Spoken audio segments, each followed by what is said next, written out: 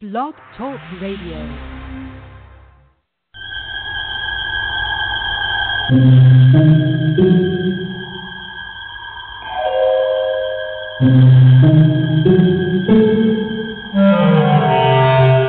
Archangels, ghosts, and Bigfoot. Oh my! It's just another night for Supernatural Girls. Real stories, real answers to life's biggest supernatural mysteries. And now for another exciting interview with paranormal experts from this world and others.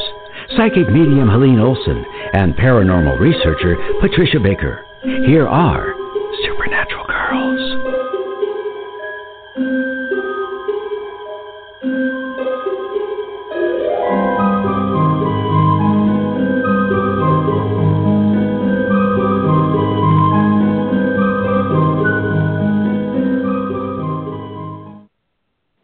Welcome, everyone, to another episode of Supernatural Girls Radio. I am your host, Patricia Baker, and I'm here with my very talented co-host, psychic medium Helene Olson. Hi, Helene. Hi, Patricia. How are you tonight? How's the weather out in your neck of the woods, Patricia? We survived quite the storm today. Oh, my goodness. Thunder and lightning and rain going sideways. It was very exciting. It is, and you are as far west in Massachusetts as you can possibly go, and I am at the opposite end of the state, as far east as you can possibly go. So as you were telling me about your horrible storm and lightning and thunder, I saw my skies turn gray and the wind rev up, but nothing else so far. Yeah. Oh, well, I'm so glad it's kind of held off at your side, because it's a little frightening to be broadcasting a radio show and hearing the lightning crackling on the line. So I'm glad things are calm for both of us right now, because we have got a great show. Yeah, at the moment. Let's hope it stays that way. We have a fabulous guest, Dr. John Turner, who has written a book, and the name of it is Medicine, Miracles, and Manifestations. We're going to be talking to him about how the paranormal is really normal and all of his wonderful experiences as a doctor, a neurosurgeon in Hawaii. Can't wait to get him on the air in a few minutes. Amazing book. It is. Heartwarming stories also. Really, but what I really love about it is that any skeptic or someone who doesn't believe in a force or a God or a spiritual mind, or however you want to phrase it, this man is a trained scientist who has personally experienced these interactions. And so I think that book can at least open someone's view if they're skeptical. I agree. It is beautifully written, and it's easy to read. It really tugs at your heart when you hear all of what he faces as a surgeon. I mean, I just can't imagine it, working on people's brains, bringing them back to life. It's, oh, my goodness. I know. I can't wait to talk to this man. It is going to be a great show. And we also have world-famous numerologist Patricia Kirkman, and Patricia is joining us right now. Hi, Patricia. How are you this evening? I'm doing absolutely fabulous. Oh, I have not totally melted away yet. I'm still holding on. How hot is it there in Tucson? Well, it was 106 a little bit ago. Ooh. Oh, boy. Us in New England, we love to whine. You know, it gets a little humid. It gets a little hot. We're all, crazy. It gets to like 80. We're complaining. We're babies. Yeah, we're babies. Well, I have to laugh. You're getting all that thunder and lightning, and I'd give my eye teeth for some rain at this direction. Oh, that's right. You're in the desert, and you guys are having water issues. So, oh my. That's well, for sure. I'm glad you didn't melt away, because tonight you are going to be talking to us about yet another superstar from Orphan Black, Jordan Gavaris, who plays the role of Felix on Orphan Black. He is such a talent. Oh, my gosh. And talk about, we have noticed that there's a thing going on with the people that we have been talking about from these different shows. Yeah. And I will tell you, they all have a tremendous amount of spirituality in their charts. And they all tend to be extremely intelligent. They're not just not a pretty face. Okay, wow. And I was really surprised to see how many times this keeps unfolding. And each time we've done one, we've talked about how high the spirituality is within the chart, and it is really exceptionally so. Amazing. So with Jordan, now he's very young. He's like 24, isn't he? But he's here as a teacher. He has a 25/7 destiny. What that means is he's here to be a teacher. He understands things in a realm that are more godlike than the common everyday thing. He feels things in a way that most of us don't. And even his birthday is a 25, which is also reduces to a 7.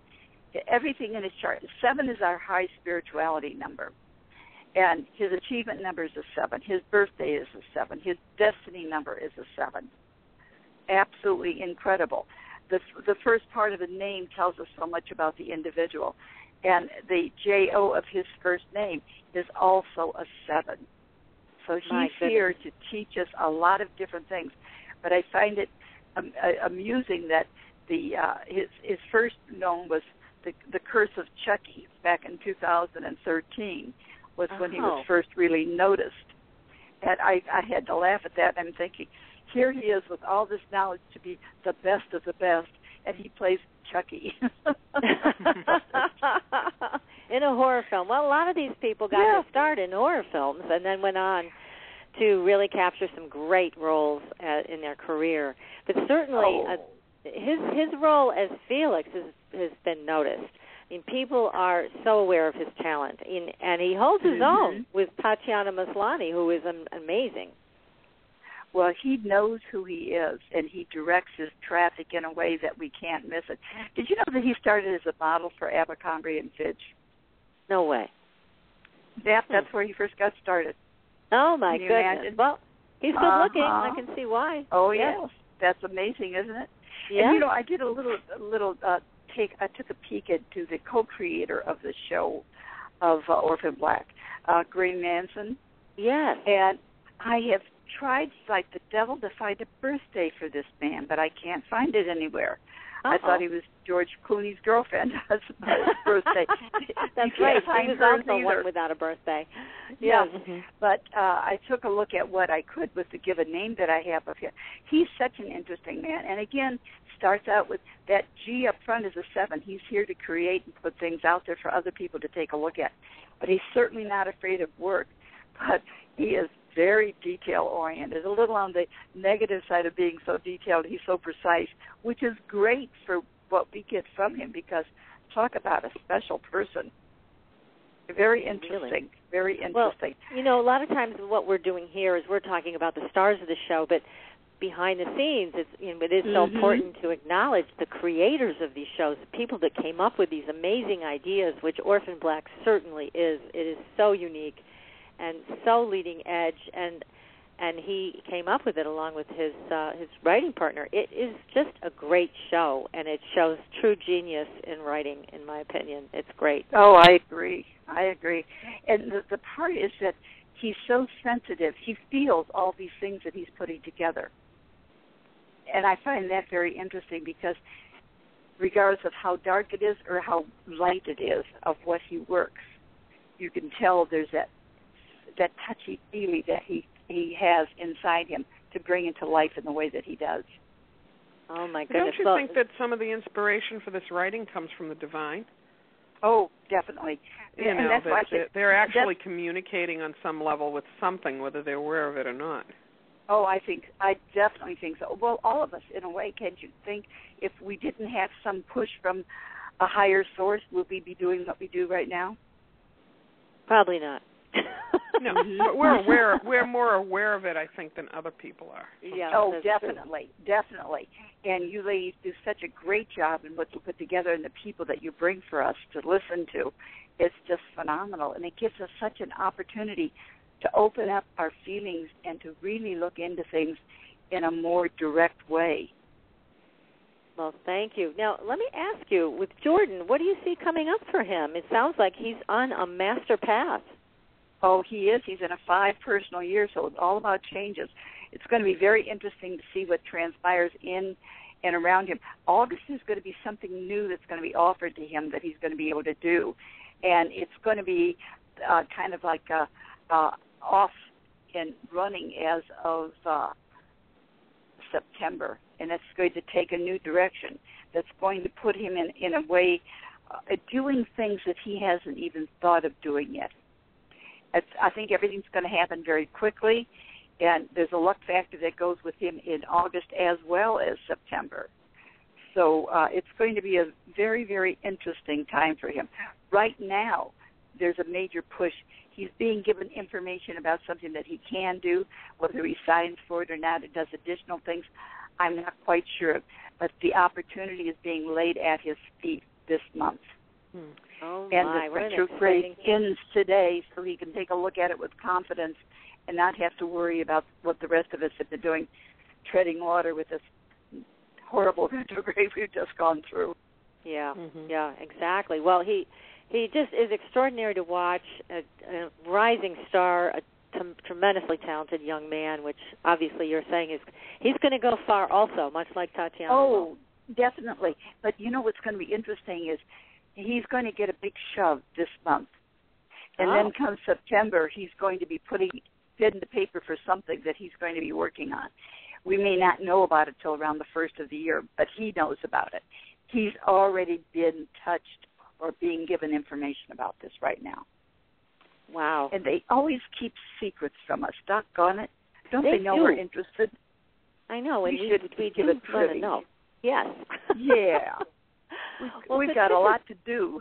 I know, really. Well, thank you so much, again, for sharing all this insight about some of our favorite stars here in the paranormal, and also about Graham Manson, the creator of Orphan Black, one of our favorite shows. Again, thank you so much. I know we'll be back next week. We're going to continue this conversation with you with more celebrities from paranormal television shows. Well, thank you, Patricia. Oh, have a lovely evening, ladies, and I can't wait to hear your guest. Thank you. All right. Well, that was interesting, huh, Helene? Talking about all these young, talented stars, full of energy, just beginning their professional lives. It's just remarkable. Mm-hmm. It is. It truly is. Well, now we are going to be talking with Dr. John Turner. And Dr. Turner has called in from the beautiful island of Hawaii, and he is a board-certified neurological surgeon trained at Ohio State University, Columbus, Ohio, and the Cleveland Clinic Foundation, Cleveland, Ohio. And his practice involves surgical correction of disorders of the brain, spinal cord, and nerves. And he is a student of metaphysics, and he's bringing the two together. I can't wait to talk to him, and I know you can't too. So, Dr. Turner, welcome to the show. Hello, Patricia. Hello, Helene. Thank you for having me on your show. It's our pleasure. What a great book you have here. Well, I'm glad you enjoyed it, and I appreciate your kind comments, so I hope we can discuss some things of interest to you. Well, please tell us, what is it that sets you on this path? Because there are so many physicians that Helene and I have talked to and personally met through the years, and they are so far away from metaphysics. Even the word, I think, sends shivers down their spine. So what is it that made you feel so comfortable about that subject? That's a really interesting question because I grew up in Columbus, Ohio, attended Ohio State University, as most of my family did. And I'd like to mention at this point, if I can, that my mother was one of the first 3 African-American women or women of color to receive a PhD in the United States. And this was back in 1935. So our family is all Ohio State pretty much, the Buckeye State. And, of course, metaphysics and things of that ilk weren't very popular in the Midwest in Ohio, at least not when I grew up. But for some reason, and I'm not sure what that reason was yet, but I was interested in out-of-the-body experiences when I was first, taking courses in college. And I remember trying to read those books and roll out of my body, but without any success at all. But I had an interest in things. I knew there was something else going on than what we see in everyday life. And what happened to me, ladies, was as you read, someone handed me the book, The Sleeping Prophet, about Edgar Cayce. Yes. And this happened when I was a graduate student in physics. I thought at that time I would get a PhD in physics. But that book changed everything, and I'm sure you and all your listeners are familiar with Edgar Cayce, and their lives have likewise been touched. But I was very moved, and I wanted to find out, what is this spiritual world? I wasn't aware of such things could exist. And right then I changed completely and decided to go to medical school. That's quite a leap. Yeah, ahead, I mean, please. you leapt from trying to understand Edgar Cayce's experience, and that led you from physics into medical school? Why do you think you made a jump that big? His cure rate with the holistic treatment of the patient, including the karmic causes and natural things, was 85%, which was astounding. And that's what I don't know. Was it really that high? I'm not sure about that. That's what I've always heard, 85%. Now, that's higher than a modern doctor can boast. And I wanted to find out how this man could lay down on the couch, go into a trance, and receive this information. It had to come, I felt, from without, his body. It came from some other dimension, and I wanted to find that dimension. And I had never thought about medical school, never once. But what happened, I went to the medical school and sat down with the dean, and I asked him, what would I need to do to get into medical school? So he looked at all my transcripts, and he said, well, son, you haven't had organic chemistry. You need a year of that, and you need a couple of zoology courses. So I came back a year later with those things completed, and I said, well, what's next? And he was really surprised by this whole thing, and he said, I don't think anything's left. And I was the first one they accepted that year to the medical school. So I prepared in advance, and I really wanted to study the mind. I didn't know at the time, ladies, that the longest journey that each of us must take is from the head to the heart. We must make that trip, and I've been working hard trying to accomplish that, and I hope I can get that done before the next level. But anyway, this is what led me into metaphysics, Edgar Cayce, and that book, The Sleeping Prophet. I love what you just said about the journey between the head and the heart. That is the longest road. And, it's for you as a surgeon, do you find that you've had to turn off your emotions sometimes because you hold people's lives in your hands every day. So how do you handle that? Well, do you ladies remember when the Internet first began? I think I paid several $100s a month to become connected from here in Hilo, Hawaii, on the big island of Hawaii. And the only thing I recall available then was America Online and those chat rooms, right? Yeah. And I want to tell you about a singular event that happened in one of those chat rooms. I made an acquaintance with a young lady who lived in Detroit, as I recall. And one day we were chatting about metaphysical types of things, and the phone rang in my office. It rung in my office, and it was the emergency room doctor. So I was listening to him, talking with him as I was typing with this young lady. And I told her that I received a call just now about a young man who took a gun and put it to his head and just blew his brains literally out. And they wanted me to come and see him. And she said, well, what are you going to do? I said, well, I'm going to go in there eventually, but I don't think I'm going to run any red lights to get there. I said, maybe he has, he can have a choice. If he wants to move on, maybe it's not up to me to interfere and have him end up on a respirator or something like that, or make things even worse. And then it was funny. I'm watching the screen, and she typed back, well, if I was having a bad day and you were on call, I'd be in trouble, wouldn't I? Boy, that rang loud and strong to me, and I said, okay, I get the point. I said, I tell you what I'm going to do. I'm going to go in right now. I'm going to get there fast. I'm going to run some red lights, and I'm going to try to save this fellow. I said, I want your promise that you'll send him a card every day until he's out of the hospital. I'm really looking in advance. I don't know if I was doing some remote viewing then without knowing it or what, but she said, you got it. I left, and, I wasn't far from the hospital, 3 or 4 miles, but I did run the red lights, and I got there, and I did everything I could to keep him going.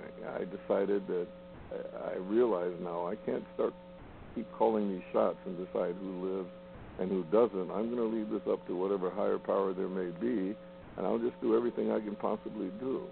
Well, let me tell you, not only did he survive, he eventually went to a rehab hospital, but while he was there, that girl sent him a card every day.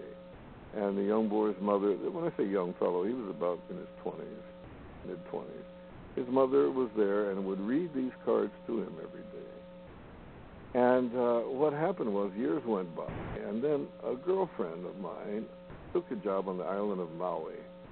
And she wrote to me to say that she was taking care of this young man. I said, well, are you kidding me? I said, how is he doing? Can he get up and walk? He said, yeah, he can walk and he can talk. And she said, I want you to know what he always says, that how grateful he is to whatever reasons that allowed him to continue life, because he had more that he wanted to do, and he's really grateful. Oh. So I'm glad I didn't call the shots. But I tell you, ladies, before that, there were times when things looked so grave that I knew that the chance I could save anyone was going to be minuscule, and perhaps I did call the shots sometimes and let someone move on. But then that changed me. From that day on, I did everything that I could do, and then I left it in the hands of the higher power. So that's what I learned. So when you learn to turn it over. You use your best skills to help these people physically, and then the rest is up to their divine self and their contract with life and their own decision. Yeah, fortunately, I reached that point fairly early on in my career, rather than have gone through my whole life thinking that I could do everything and I knew everything. But when I realized it's not actually my hands doing the work, there's this force that animates us all, and sometimes we have to let go and let God do it, so to speak, and just let this higher power do the work. Now, was this Daryl that you're talking about just now? No, this was another young man. gunshot I wish I could recall his name. No, it wasn't Daryl. Daryl was an exceptional case too, and by the time the Daryl thing had come around, I had realized that do what I have been trained to do in the best possible fashion, and then the outcome then is not going to be up to me. I've done all I can do. So I've been able to save a lot of people, that have had one foot in the grave and the other on a banana peel, but then sometimes just not meant to be done. Sometimes it's time for these people, I guess, to move on to the next level. But as long as I've done the job I can do to the best I can do, then, like I said, if it's their time to move on, at least I don't feel bad about that. Now, with Daryl, he was a gunshot victim. He decided to attempt to take his own life, and he used a pretty big caliber gun, as I recall from your book, and that was an amazing story for a lot of reasons. I mean, this young man who had everything in front of him but felt so despondent, and nobody thought this guy was going to survive at first. Well, would you like me to kind of briefly summarize that story for your listeners? Yeah, please, because that really touched me, that story. Here's what happened with Daryl. A very strange thing happened when I pulled up in the parking lot one day. And again, you ladies have read this, but for your listeners, I want to say what happened with the story of the young man named Daryl Ueno, which is his actual name.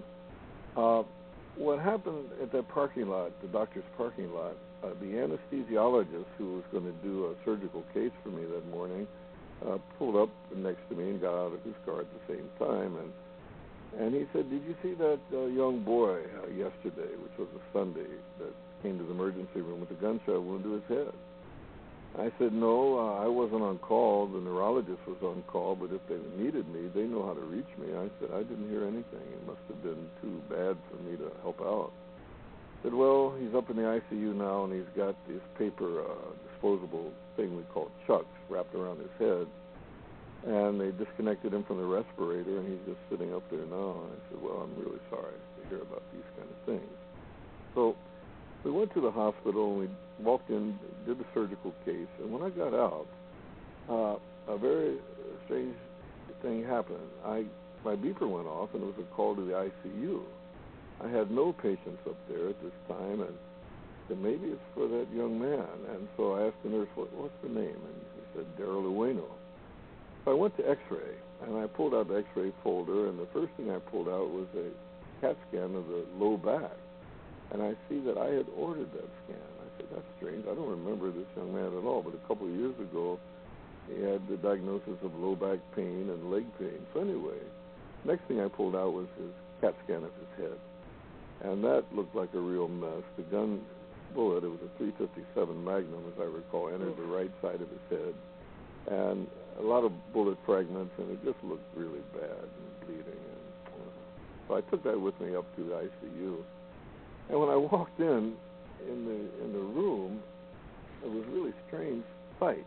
First of all, the boy was in the bed, his head wrapped up, like the anesthesiologist said, and a tube out of his mouth but not hooked to the breathing machine.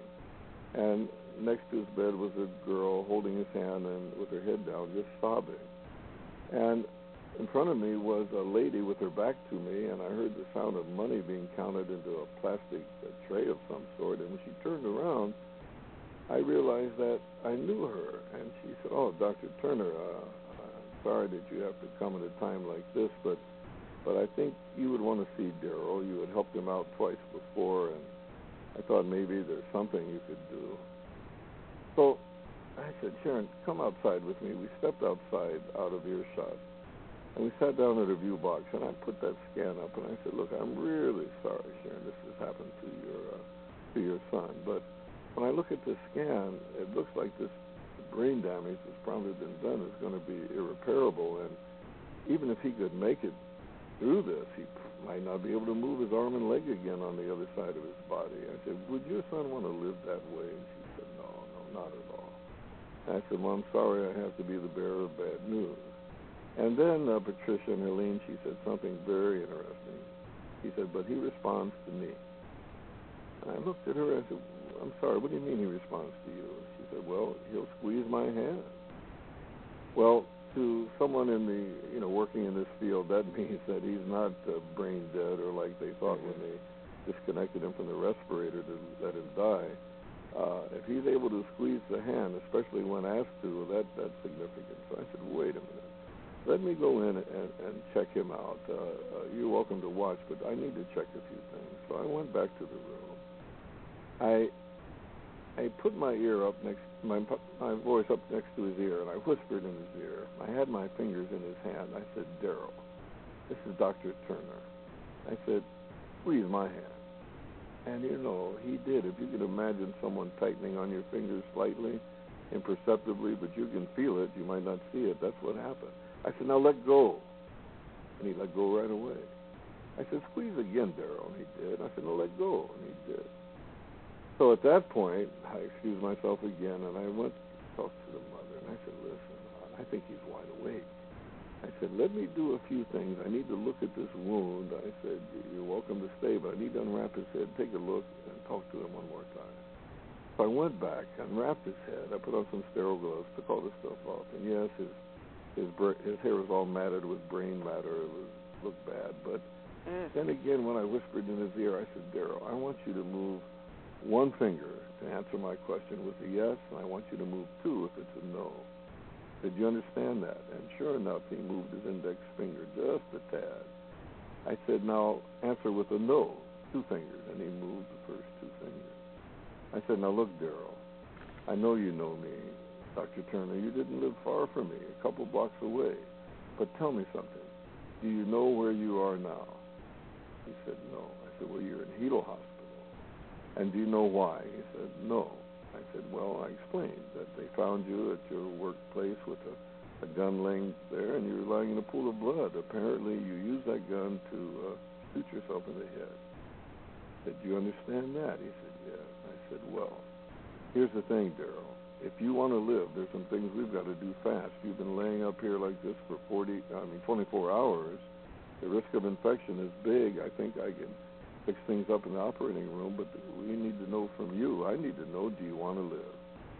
And then he moved one finger, ladies. And as you know the story, after that, he moved one, then four, then three. And that's when the mother and the girlfriend started crying. And I said, well, I'm sorry, what is that? said, well, that's their code. Those two would say 143, meaning I love you. Well, that's how the story started. Went to the operating room. I did what I could do to patch things up, fix things up with his brain, clean things up. But in the next 2 weeks, he made a remarkable recovery. He was singing to the nurses at the end of 2 weeks, and then he went to the rehab hospital, and I saw him, this was about 10 years ago, I saw him last year when I went to a meeting in Las Vegas. He picked me up, he drove me around with his wife and his daughter. He was about the same age as my youngest son, 9 years old, and amazing. He could drive, he looked perfectly normal, handsome guy. And the only thing wrong, he had a little weakness still of his arm and leg on the left side, but not enough that he couldn't function. And I tell you, it's another one of those things. Had I made the decision like they made at the hospital, just to disconnect him and just let him take the last agonal breath, well, he wouldn't have been able to have that lovely wife and daughter and all the things he still can accomplish. So that was the story of Darryl, a really remarkable story. And for this reason, he told me later, as he came by to see me 7 years after the date of surgery, he found out where I was living. He came up to see me, and we became closer. He would come every week to watch a movie with me, and we would talk about deep things. And he told me that during that time he was in intensive care. They were waiting for him to die. He saw me pull up in the parking lot. He saw me walk in with the anesthesiologist, and his prayer at that time was, maybe there's some way I could come and help him. And sure enough, because of his mother's love, this is what happened. And so that was a pretty moving story. And just always be in touch with this young man now. Every few months, we call and talk to each other. So it's really amazing.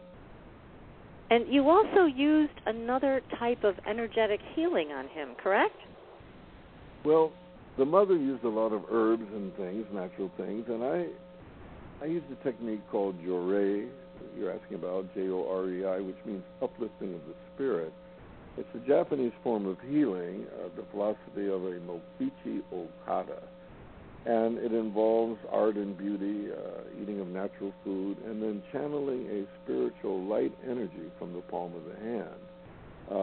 It's a little bit different than Reiki, and I've worked with this organization since 1995, being a researcher and a medical advisor.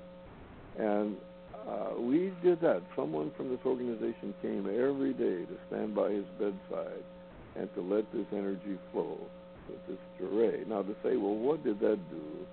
What did the flowers do? Because for the first time ever at Hilo Hospital, they allowed flowers in the intensive care unit because I thought it was very important for healing.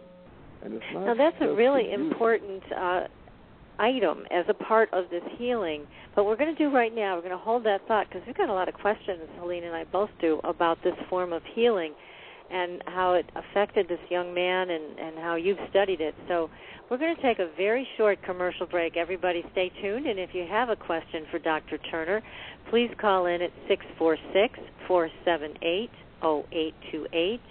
That number again is 646-478-0828. And also, please be sure to go to supernaturalgirls.com, our website. Follow us on Facebook and on Twitter, and sign up for our newsletter so you can keep track of all these fabulous shows and guests that we have every single week. So stay tuned, everybody. We will be right back.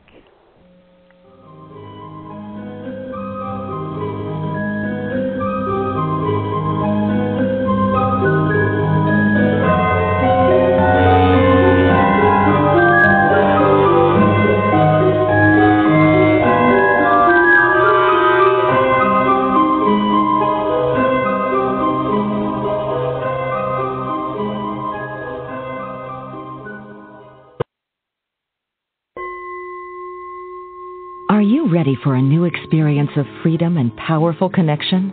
Would you like a positive, effortless change in your life? Then come to CosmicFusion.com, where we offer the most advanced energy clearing and expansion techniques in the world, with a quantum vortex energy to activate your divine blueprint and life's purpose. When your soul leads the way with cosmic fusion and quantum vortex energy, you can break clear of past difficulties and blocks with the power of the source. With Cosmic Fusion, the source energy does the work for you. It's easy and effortless. Listen to our free meditation right from our Cosmic Fusion website, the Cosmic Code Meditation. Sign up for one of our interactive webinars today. Come to Cosmic Fusion, www.KOSMICfusion.com, to experience an effortless awakening and transformation. Are you ready for an upgrade? Are you ready for a new experience of living in the fifth dimensional magic and powerful connection? Then visit CosmicFusion.com today. CosmicFusion.com.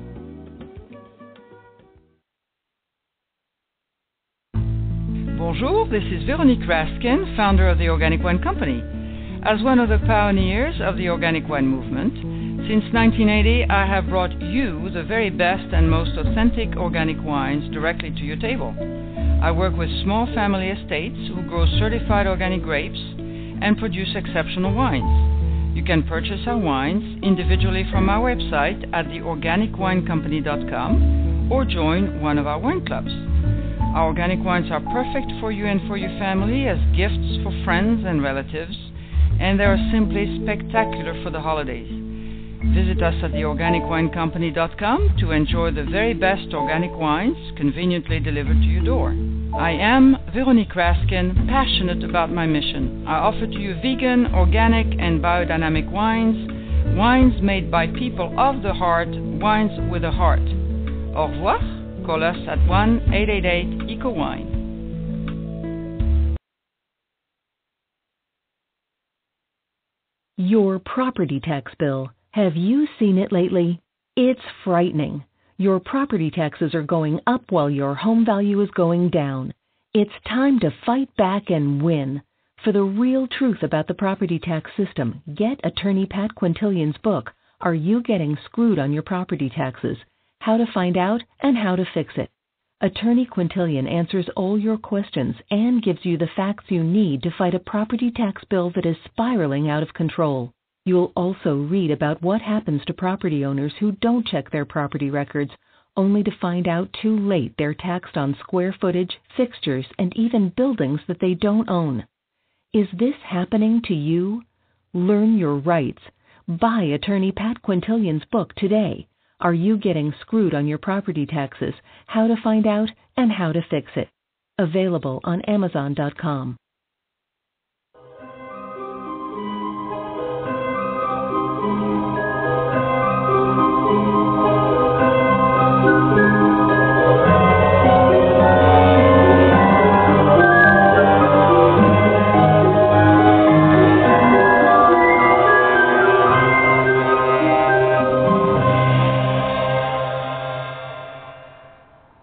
Welcome back, everyone. We are speaking with Dr. John Turner, and he is the author of a great book, Medicine, Miracles, and Manifestations. The book is available on Amazon.com, and we are talking about this healing process that you studied, Dr. Turner, and actually use with your patients. Can you tell us more about that?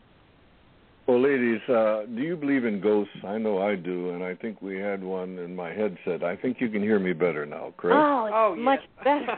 Thank you. You got rid of the ghost. I apologize for that. But anyway, Joray, of course, the meaning is uplifting of the spirit.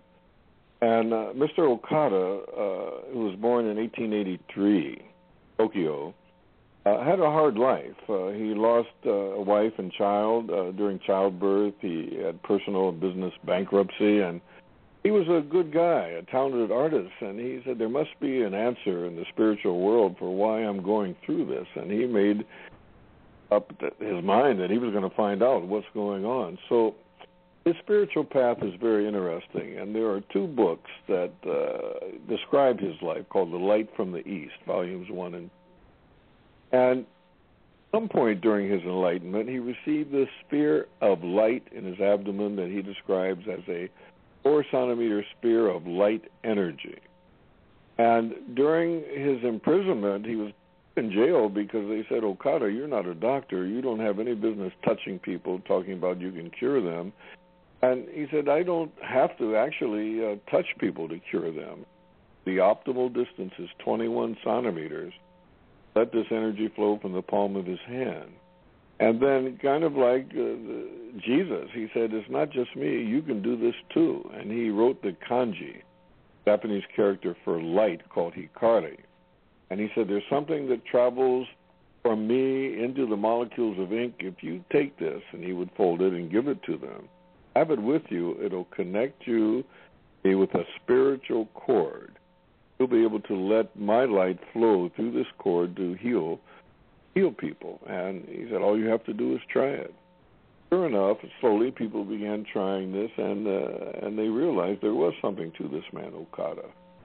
And so when it happened to me to find out about this, not only was I interested in finding out how it all works, asked me to research their work, prophesied that at the turn of the century, doctors would start to understand this type of healing, holistic healing, start to practice it, that it has to begin in Hawaii.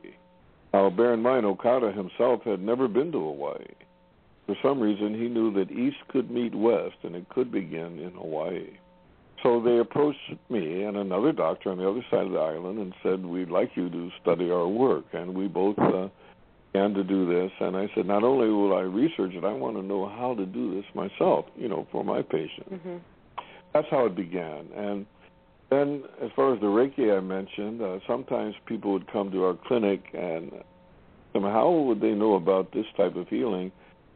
They heard about it because they do Reiki.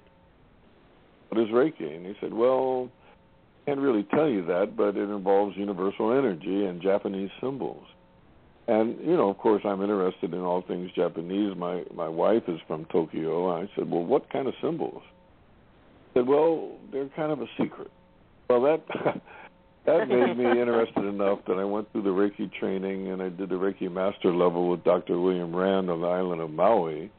And it was great, a great experience. And I found that it was really another way to heal using universal energy.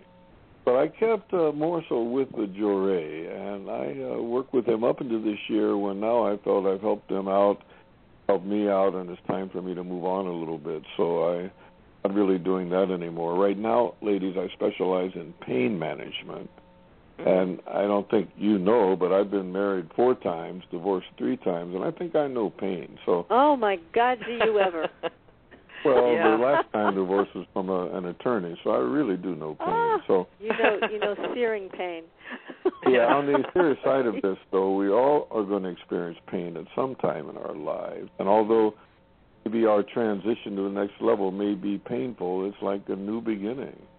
I don't think there is any such thing as death, and I know you understand this too. It's just like my friend Ernie in Rhode Island and I always talk about this daily. It's a matter of just changing trains. And during that train stop, we have a chance to meet with our spiritual family and decide, well, what is it we need to work on this next go-around? At least for me, I know this time it was forgiveness, about unconditional love, and the fact that the primary goal is service to others. Mm-hmm. Well, it's really interesting that you talk about pain. I'll tell you a funny story, a very recent story. I had a horrible meeting with sciatica pain, which anybody who's older knows what that is, and it's really excruciating.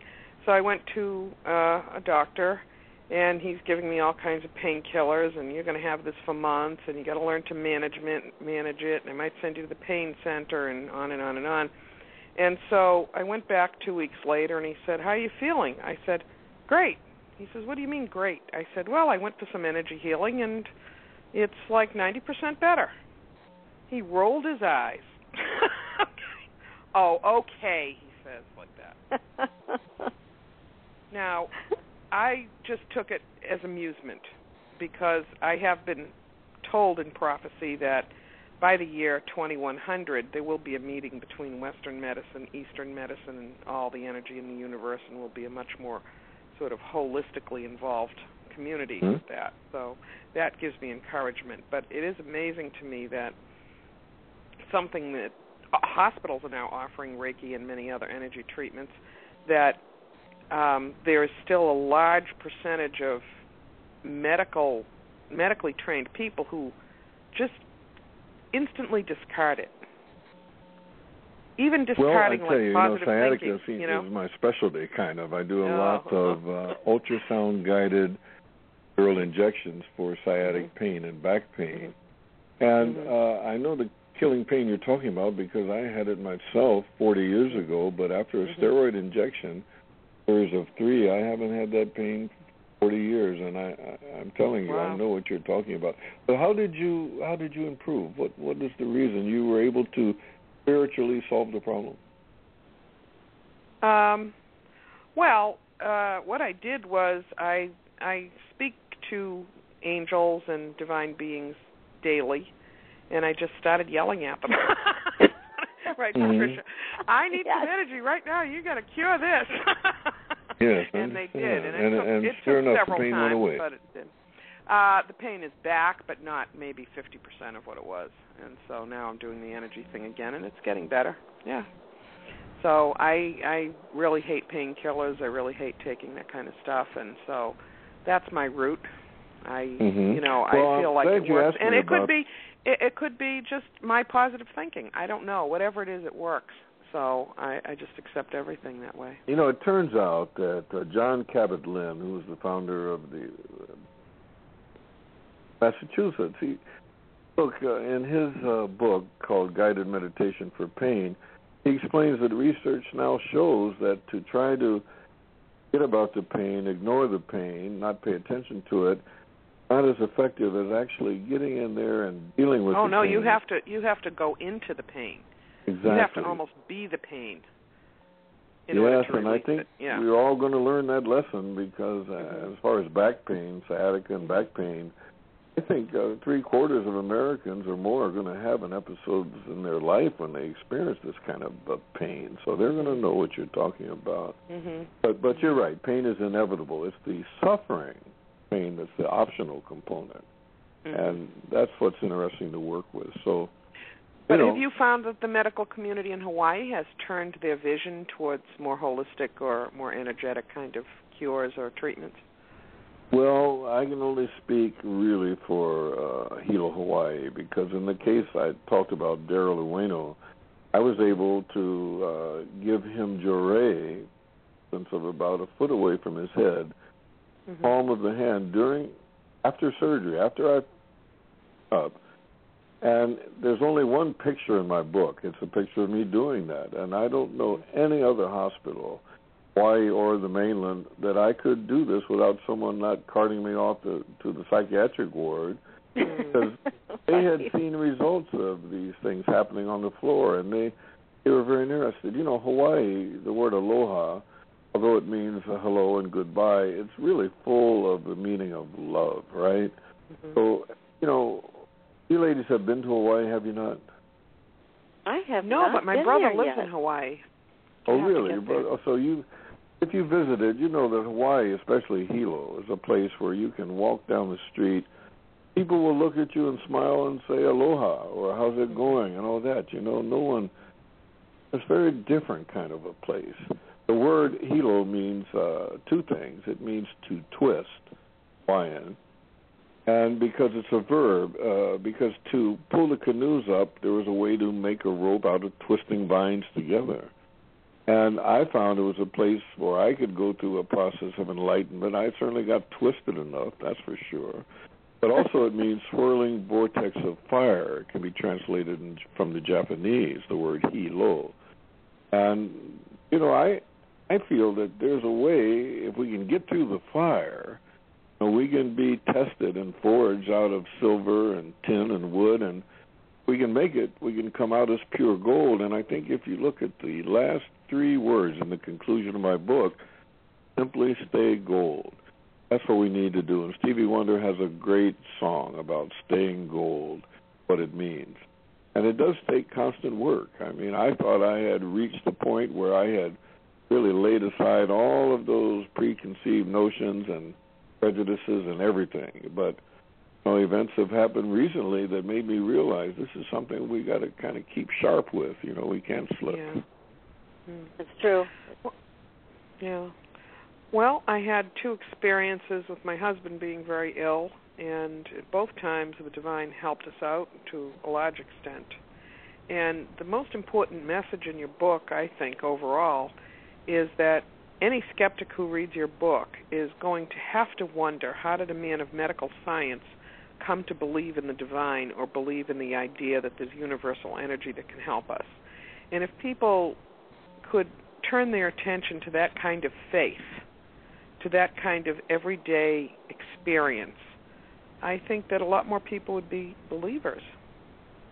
Well, if you ladies don't mind, what I'd like to do, I'd like to review the opening chapter of my book and how important that is. And then I'd like to speak about what's happened since that book was published 6 years ago. One important event happened to me within the last couple of years, and that was to go to central Brazil to have a front row seat with John of God. Now, oh, really? Yeah, wow. Yeah, and I like to talk about those two things. I think they're very important and may be of interest to your listeners. Absolutely. Yeah. Okay, I don't think I would have called myself a religious person all my life, although I mentioned in the book I was an acolyte in the Episcopalian Church.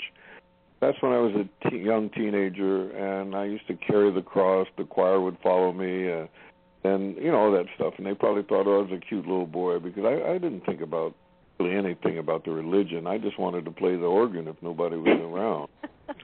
But, you know, I went to medical school and all that, and went in the Navy. There was no time really for church. I was working all the time, it seemed. And then Hawaii, what happened one day, I finally was able to afford to get another pool table. The day I got the pool table, a friend of mine had moved over from the mainland, and shooting pool, and a couple more friends. And I tell you what, I remember that day because I had a drink of scotch in my hand with scotch and ice cubes, and I had just eating this friend of mine, and he was trying to pull out the money and pay me, but he slammed the stick down on the table.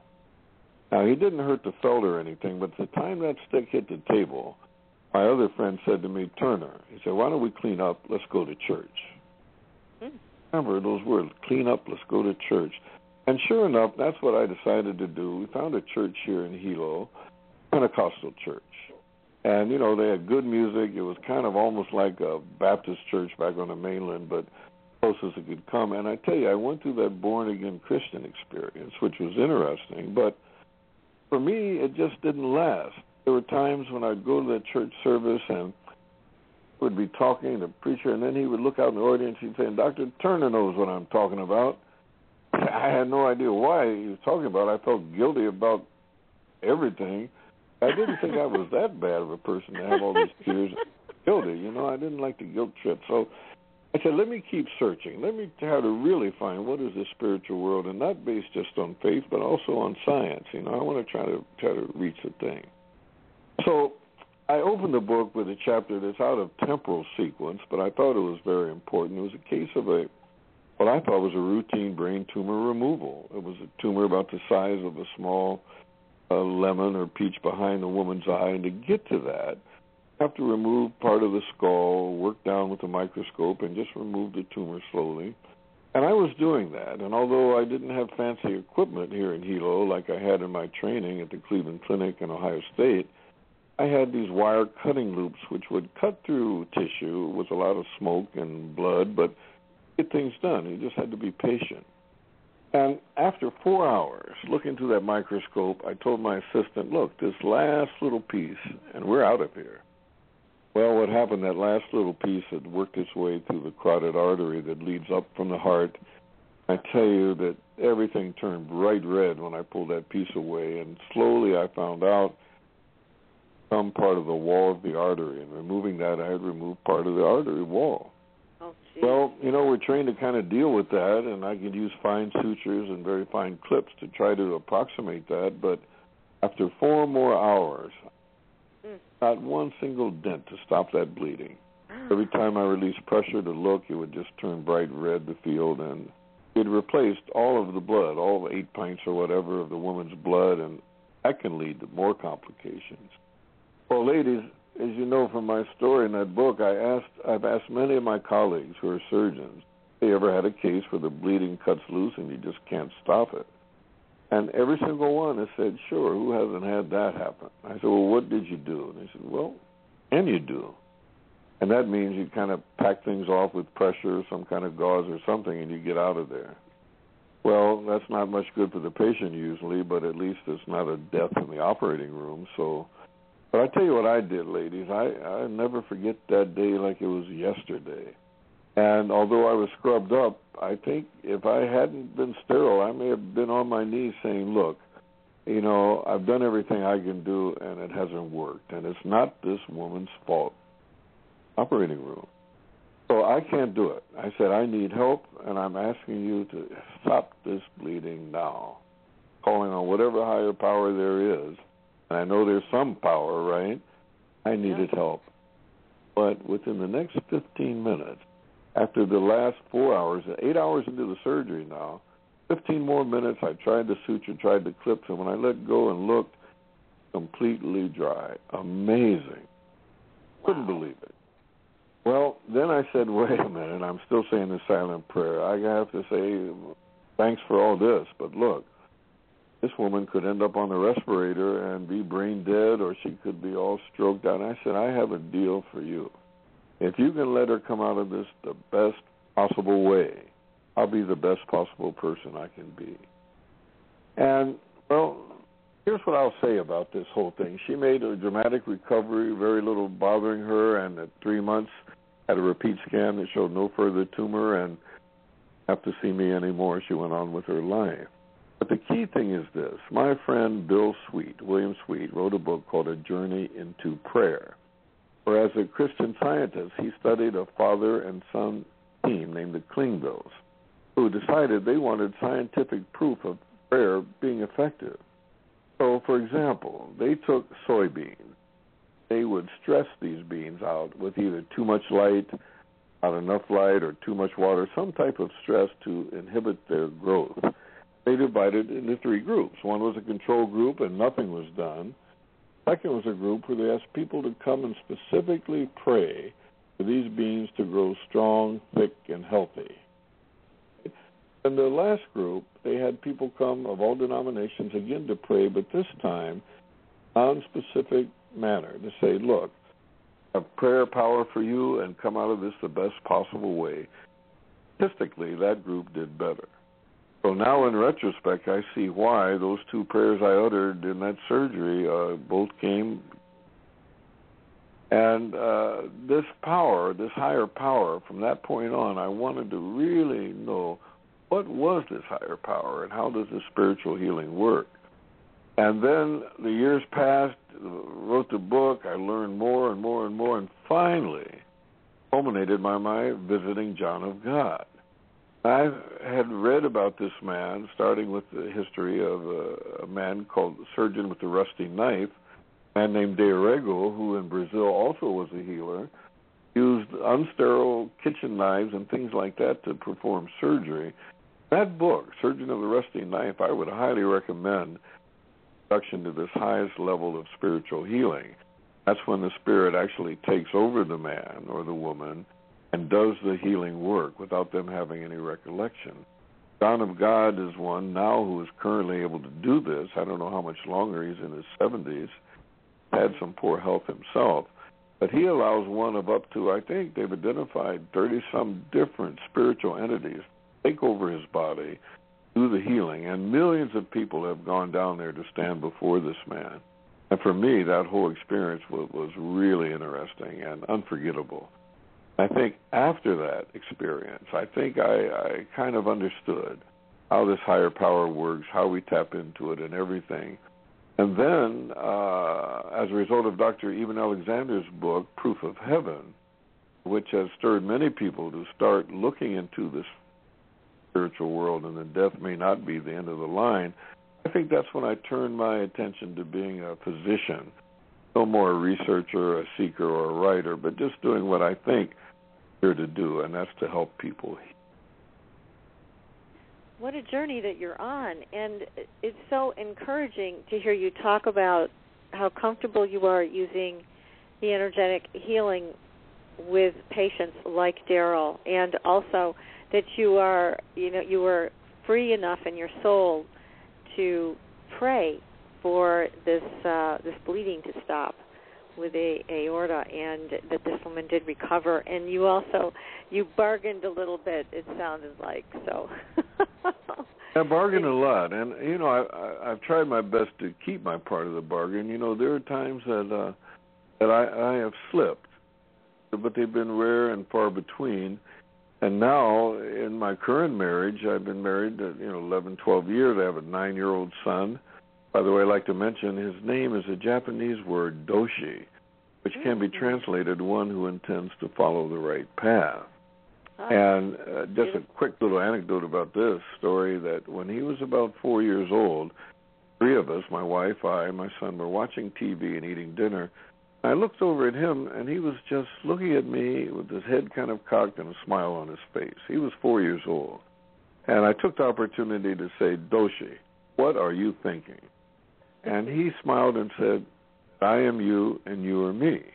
Wow. Well, here's what happened. In the next year, I met a friend on the Internet named Dr. Peter Ortiz, his family, and later when I went to Phoenix to give a talk at a conference, a spiritual type of conference, they honored me to let me stay in their home. But as I got to know him, I told him that story about my son, and didn't know he was a psychic at the time. He said to me, John, he said, it's just come to me that this boy has come to be your protector. And I said, what do you mean he's come to you? He said, just trust me on this. I have this feeling that that's his mission. So that night, ladies, a year now from this last episode, first episode, I said to my son, out of the blue, Doshi, if you're to protect me, why? And can you guess what he said, ladies? He said, because I am you and you are me. Well, now at age 9, he doesn't remember that at all. I tell you what, he is a good protector. Because when he's with me and we're out in town and any ladies come up to say, oh, Dr. Turner, as they see him, he's half Japanese now and half a poi dog, we call it, mixture of all other kind of stuff. My side. He's so handsome that they say, look at this little boy, and they completely forget about me. So he's able to deflect all those things that used to get me into trouble. Oh, I see. Isn't that amazing? What a gift he is to you. Yeah, it is amazing kind of a thing. And to see how he understands that his name means one who intends to follow the right path, what the name Doshi means. So every time we're calling his name, we're subconsciously and perhaps consciously reinforcing that he must make right moves in life. That's beautiful. Here it is, right in your own family. How lovely. Yes, I've been blessed in that regard. There's no question. But this whole thing of forgiveness too. I have to mention that although my difficulties have been with relationships and women, I owe them all a great deal. Because even though I went through rough times, which I may have part caused, I'm sure, it was able to learn who forgiveness is, because I hold no animosity for people who put me through these things. I remember, ladies, years ago, I tried to find everyone I had harmed or hurt, either by word or deed, and asked for their forgiveness. And it was very interesting that almost all of them had no idea what I was talking about. Really? They had completely forgotten the incident. I told them the important thing is I haven't forgotten, and I need your forgiveness. But there was one guy around me as a medical student. I used to call him Frank. And because, he's a nice fellow, but he wasn't the most handsome fellow in the world, right? Mm-hmm. We would go out drinking. I'd introduce him to the girls as my friend Frank, right? And, I was real cocky, and that was a terrible thing to me to do. Of course, I was alluding to Frankenstein. That's what I was doing. But the problem was, he was the last guy I thought I may have hurt, and I didn't know what his name was. I called him Frank, right? Yeah. And oh my God, and here's what happened. More than 2 weeks from my saying, I need to find this guy, did my office call me, say, Chuck Hardy is in town, he's in Hawaii, and he wanted to say hi to you on his way to Kwajalein, where he has a job, one of the remote Pacific Islands. So I got to thinking, could this be that guy? And I called him and I said, listen, did you and I used to go out drinking? You were a medical student, we go partying. He said, sure we did, all the time. I said, do you remember? I said, this is a miracle. I need to ask your forgiveness because I used to introduce you as Frank. But he said, well, I just thought that was a good friend of yours. He said, it didn't bother me at all. I said, well, listen, I was being very nasty, very mean. If you'll forgive me, I don't know what words can say to thank you. He said, well, sure, but don't worry, it's not a problem. But that was the last one. But you know what, ladies? I hadn't given forgiveness to those who had harmed me. When I finally got to that point and passed it, that's when I really think spiritual doors started to open up for me. And that wasn't that long ago, within the last few years. Well, you sound very diligent on your path to find enlightenment and clear up any personality issues that may be in your way. And that's certainly a task in front of all of us today. But let me ask you, Dr. Turner, in your experiences with your patients and just in your life, have you seen spiritual presence? Have you seen appearances of people that have passed or angelic presence or spirit or anything like that? You know, I reviewed a book as a favor to two psychologists who practiced in Honolulu on the island of Oahu. And the book is a very important book, I think. It's called 47 Billion Years of Evolution. Now, if you think about the title, 47 billion years, kind of mind-boggling when an astronomer, cosmologist, will tell you without a doubt the universe is 13.77 billion years old. Now, this, known through the study of star formation, to radioactive decay, and study of meteorites, moon rocks, and all that stuff, they know 47 billion, that's a whole other thing. But when they asked me to write a forward to the book, you can peek at, when you go to Amazon and click look inside the book, 47 billion years of evolution. It took me 3 months to write a 2-page forward. Reason is this. 2 years before this happening, a year ago, they sent me a picture of a materialized spirit that did most of the teaching that out in this book. And they were allowed to take a photographic picture. And over a period of 15 years, 2 spirits would materialize in front of this group. And actually, they were allowed to touch these materialized spirits. They were allowed to photograph them. And the one spirit, called Anka, had skin as black as coal, curly black hair. Now, I tell you, this, of course, interested me as an African-American person, you know, to have this teaching come primarily from a black spirit. And I tell you something, ladies, that book, that teaching answered my final question. The first 3 questions I think I answered in my book, which are, why are we here? How did we get here? And where do we go when we take that last breath on earth? I really thought I had answered that to my satisfaction in my book, but there was a 4th question. That was, where did this universe come from? And why that was perplexing was that as a scientist, I can understand how it can be shown that all of this, absolutely nothing. I don't know if you're familiar with the physicist Leonard Krauss in his book, A Universe from Nothing, but it explains in lay terms why it doesn't even require an energy source from nothing. And now that I have a chance to study ancient Egypt and the mythology, the first god believed in was Atum, A-T-U-M, who, according to mythology, created himself from nothing. From there he created pairs of gods, and then everything sprang from that. So it seems like what people believed thousands of years ago, now modern science is saying the same thing. First could have come from nothing. But the Spirit explained that we all come from Source, as they called it. They said, now you folks may call this God or Allah or whatever, but it's that source that we all came from, because we are all one. Eventually we return to that source. The key thing the Spirit taught was that this source has to seed life throughout the universe it created, give it enough free will to see how things will evolve. It has to do this as part of its own evolution. And it's an energy that can create energy. Those few words summed it up for me and made perfect sense how it all works. If there indeed is an energy that can create energy, all of this can come and everything is clear. We can perfect ourselves and our spirit and learn unconditional love, forgiveness, and service to others, and eventually get back and meld with that. So that's the way I would summarize everything.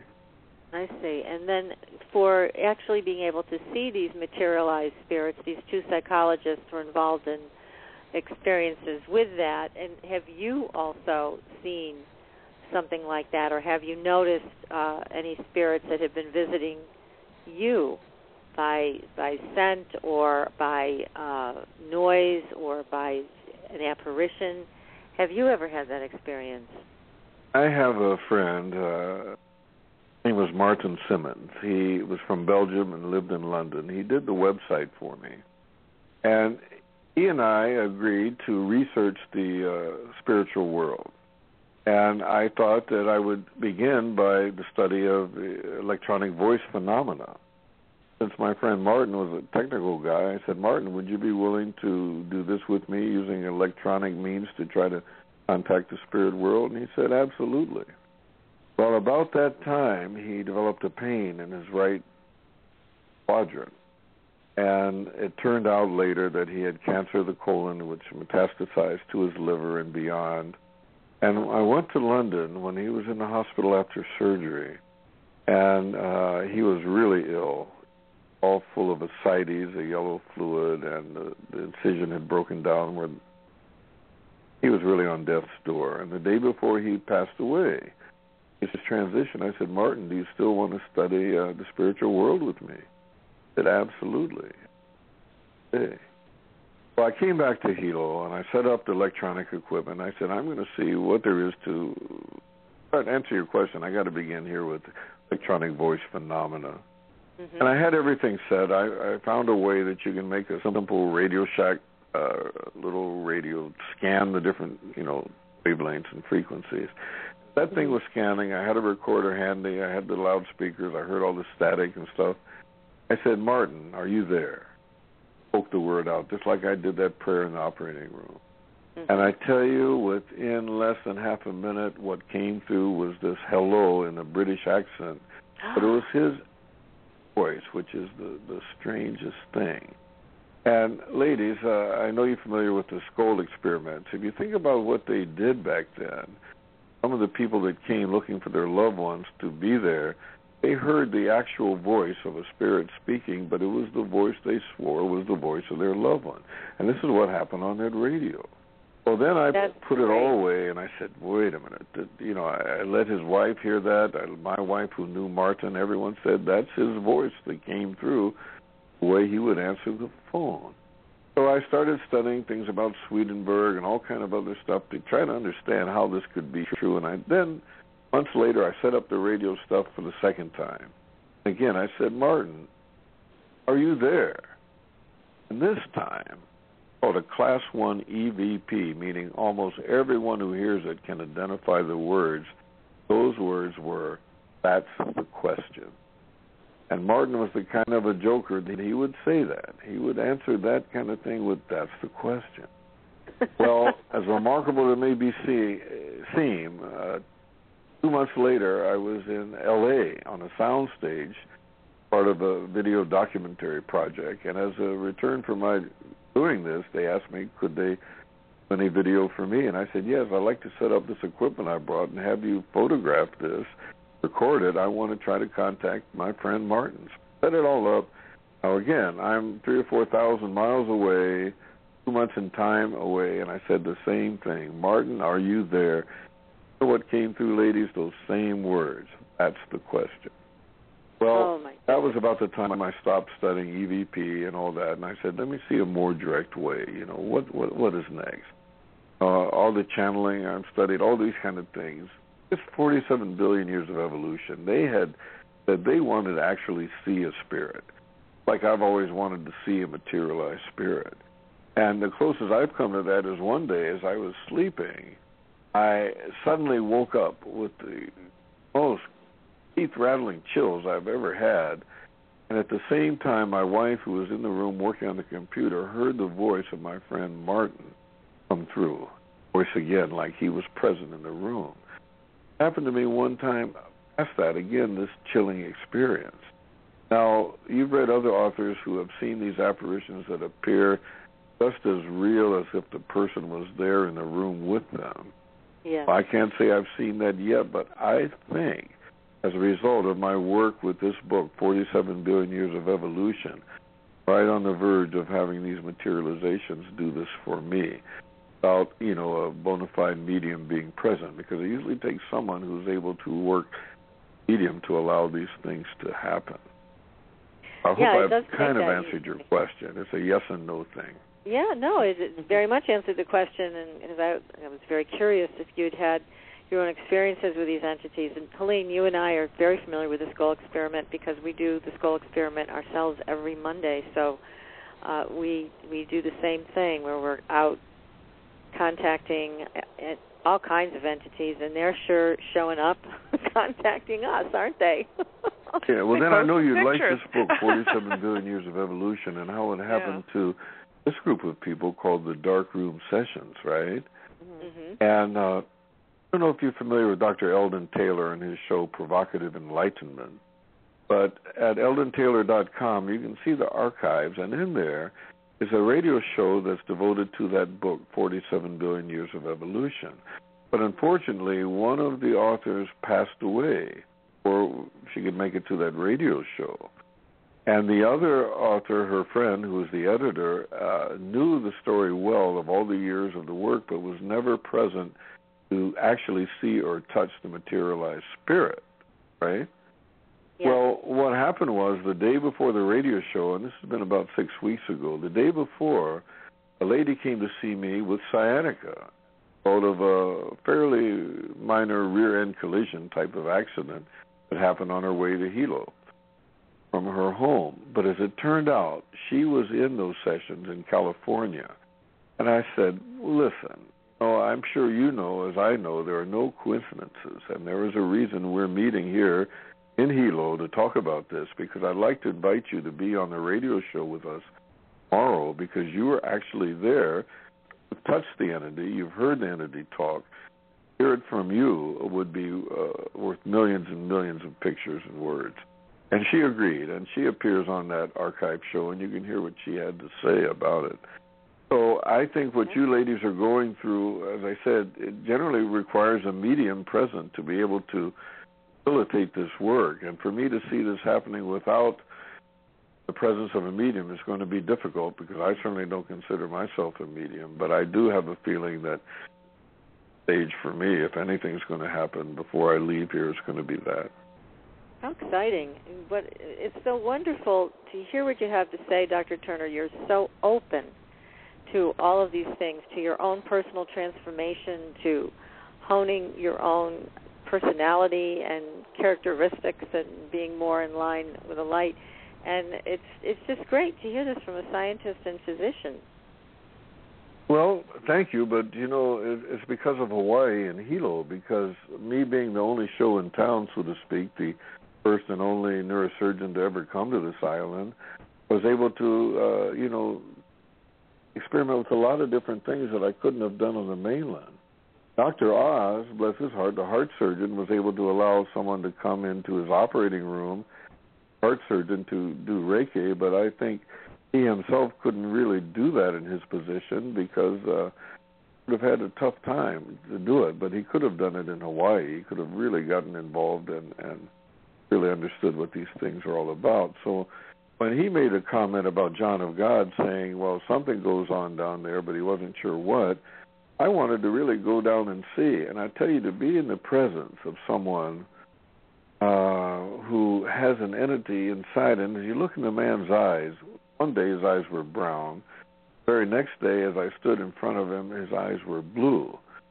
Now, I thought that was kind of interesting. I didn't know at the time that cases of multiple personality can change eye color like that also. That's true. They can. But the point is, when you finally get to see that man, you're able to ask for 3 requests. Hey, we don't know what's going to happen, what's going to come of it. And at the time, my blood sugar had suddenly shot up. Once I had arrangements to go to Brazil, suddenly developed this case of very high blood sugar. I mean, very high. And then I also had developed pain in my feet. I think during the time I stopped working to take care of my mother, I also did yard work, and I sprayed that Roundup poison wearing these sandals, what you call them flip-flops, right, without thinking that poison can work its way in the skin and do some damage, right? Yes.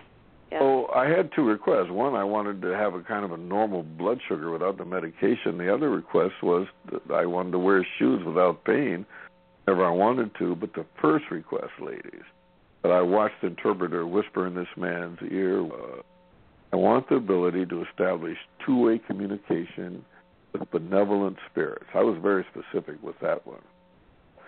Well, I think you're aware that in Brazil, people sit in these current rooms. One is wearing white, sit quietly without crossing their arms or legs, eyes never opening. And after about an hour and a half that next day, suddenly in my left ear, I heard two words. They were whispered. The words were John Turner. I tell you, there was nobody close to me that would have or could have done that. I knew this was coming from some other dimension. I thought this was the start of things. Well, the next day, when I was in front of the man again in the long line of people, you get there and you have three more requests. This time, my number one was, what is our connection? Meaning to whatever spirit was in his body at that time, I wanted to know what is our connection.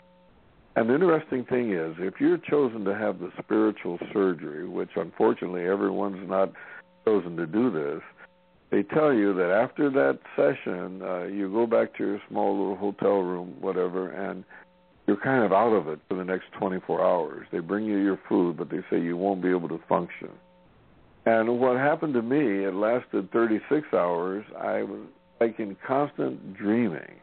And I would wake up and try to remember what the dream was about, and I couldn't recall a single thing. And one time I woke up, slamming my fist in the pillow, saying, so that's how it works. Couldn't recall anything. It was like something was being uploaded into my mind for a later use, right? Mm-hmm. So, ladies, it's this later use now that I think is going to be coming. If it does, I'll be most grateful. If not, I would like, as you say, to be able to see a materialized spirit, continue my education in that way. Well, I think we're going to have to invite you to one of our skull experiment sessions so you can have that experience. What do you think, Helene?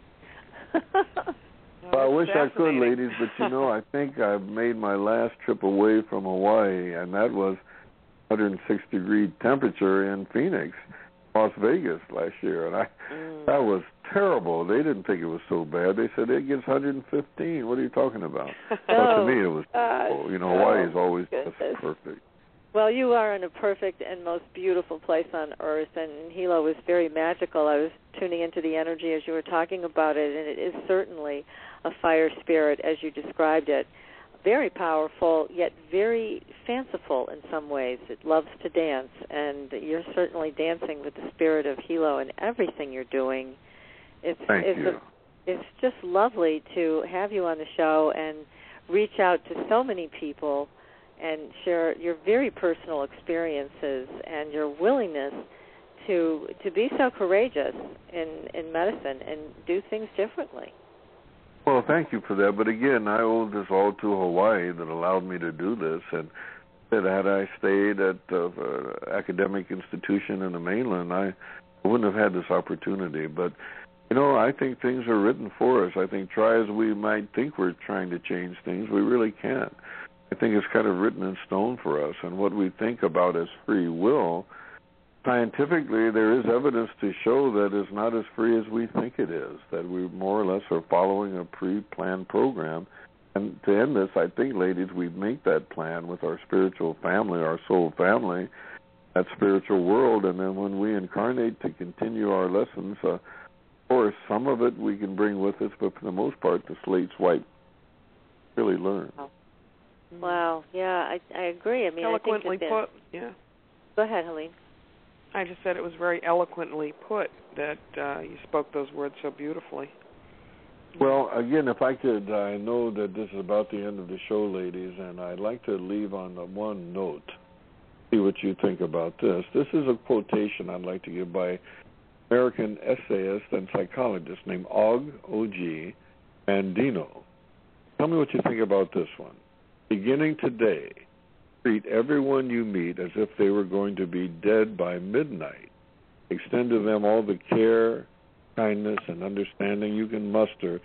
Do it with no thought of any reward. Life will never be the same again.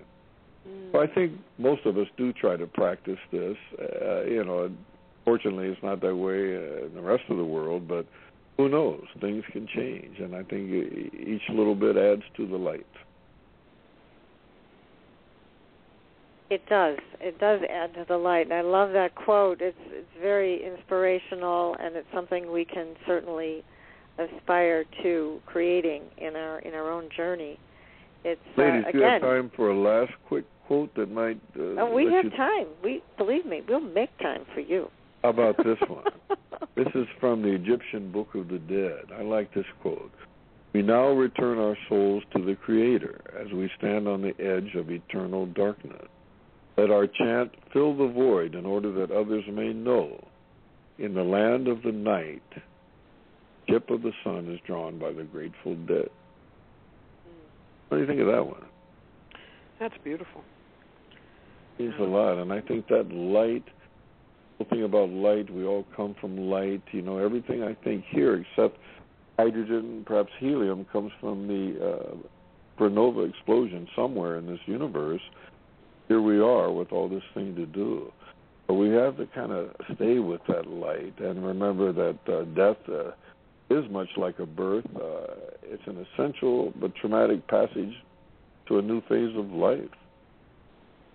I hope that our discussion today, you've had a chance to see how I think about this, and I think it's a matter of letting go, giving in, and taking the journey. Well, definitely. We certainly agree with what you're saying. Love your quotes, and the chat room, people are writing in and saying, please have Dr. Turner back. We love his stories. So that's what's coming in right now. That's so nice. Well, let me tell you something, ladies, if I may. The reason that you contacted me, I agreed to do this because I thought I was at the end of doing radio shows. I've done so many, and they've all been interesting, but I wanted really to turn my attention to medicine again. When I looked at your website and saw some of the comments your listeners had made, that these ladies really do their homework, and they're really serious about this, and I think I'm going to do this. This is my penultimate radio show. I'm going to do one more for my friend Dr. Eldon Taylor in September 17th, and that's going to be, I think, my last radio-type show because I really, really need to get deeper now into the practice of medicine and healing and to others. Well, we're honored that you are honored to come and spend your evening with us. Again, our listeners are writing in and just saying how much they've enjoyed sharing this time with you. It's been my honor to be here, and I'm sorry I monopolized things by talking about my path and so forth, but I mentioned at the very beginning, it's that path from the mind to the heart. It really is the most difficult thing, and I tell you, ladies, this year I'll be 72 years old. It's taken me that long to get close, on the verge of getting there. Not quite yet, because there are times when I slip. But I tell you now, when I get into a disagreement, like with my wife, it's so rare. I have to really mark that on a calendar, try to remember. No, really. But it used to be almost every day I thought bickering and stuff was part of life, right? But no, it doesn't have to be that way. And once we realize that we're all one, we all came from that one source, and we're really brothers and sisters. Once we really learn to believe that, know it, then things really change and things get brighter. You're a testament to that, definitely. Yeah. Well, thank you, and I'll be happy to be and back anytime. We've been honored. Yeah, we've been honored to hear your journey. Oh, sorry. If I ever get to Massachusetts, I do have one daughter there that one time I'd like to see again, but like I said, traveling away from Hawaii is so different, and now travel itself is just so difficult to do. All the waiting, the things, and all this, it's just not an enjoyable thing. So yeah, we understand, but there's always Skype. Well, that's true too. That is. And maybe next we may have to bring you in through Skype, Dr. Turner. Well, it's, again, been wonderful. We're so honored to have had you here. And well, again, thank you more so people much. I am fast. It was really good talking with you ladies. Well, thank you. And again, the name of your book for everybody, please go out and get this. You will really enjoy this book. It is called Medicine, Miracles, and Manifestations, A Doctor's Journey Through the Worlds of Divine Intervention, Near-Death Experiences, and Universal Energy. It is beautifully written. You will enjoy this book. It's available on Amazon.com. Dr. Turner, thank you so much. My pleasure. Good night. Good night. Helene, what a great show, huh? It was great. I think people absolutely adore hearing other people's journeys, don't you? Because we can all relate to aspects of other people's experience. Everybody can. And it's so honest of Dr. Turner to come forward and say, I wasn't perfect. I had a lot to learn. I'm still learning. I think that's so inspirational and helpful to people, don't you? I really do. And you know as well as I do, Patricia, the more we do this work, the more deeply we get into it, the less we really realize we know. It's like we're constantly surprised, right? And always. So it's just so refreshing to hear someone like Dr. Turner really speak the truth. And he's an eloquent speaker. He really is. Had so many amazing experiences that, and I love the aspect that he is a medical professional, because sometimes we get lost in the medical maze. Oh, and it's refreshing to find someone who's really seeing both sides of the coin. Yeah, and who's not rolling his eyes at all of this, as you also brought up. When you mentioned to your physician, that's the reaction that you get, and that's the reaction a lot of us get. And it's so nice to hear from a physician who is that open and that, that in that receiving mode of the spirit. It's like, look, the spirit's real. Well, I think it's going in the right direction. It's a little too slow for me, Patricia, but it is going in the right direction. Yeah. Well, and he's at the forefront of it, and certainly he's right. Being in Hawaii, he's able to do things there that he might run into trouble doing here in stateside. But again, it's so great that he came on the show with us, and I'm so thrilled that he did this. And you, my dear, you're about to embark on a vacation. Lucky you. Well, it's a hiding vacation. I'm just taking some time with my family. What do they call them? Staycations? I don't know. Oh, is that what they call them? But I'm just taking a few breaths for myself with my family and turning off the phone and that kind of thing, Well, we'll miss you next week. We're going to be having a very special guest, but I'm sure you'll be hearing about it. It's all about Candle at the Crossroads. Yeah, it's going to be all about Cajun magic. I can't wait to hear about this one. Spooky. Yes, spooky stuff. But anyways, I just want to remind everybody also, please go to supernaturalgirls.com, sign up for the newsletter, and also follow us on Twitter, because we got cool things coming out on Twitter in the next few weeks, and actually every day. And also follow us on Facebook. That way you'll always know what's going on with the show, what's coming up with the television pilot, and all of the many skull experiment photographs that we're going to be sharing with you guys. So all of this is going to be coming out very shortly, so you want to be signed up on everything and be a part of the Supernatural Girls community so that you don't miss a thing.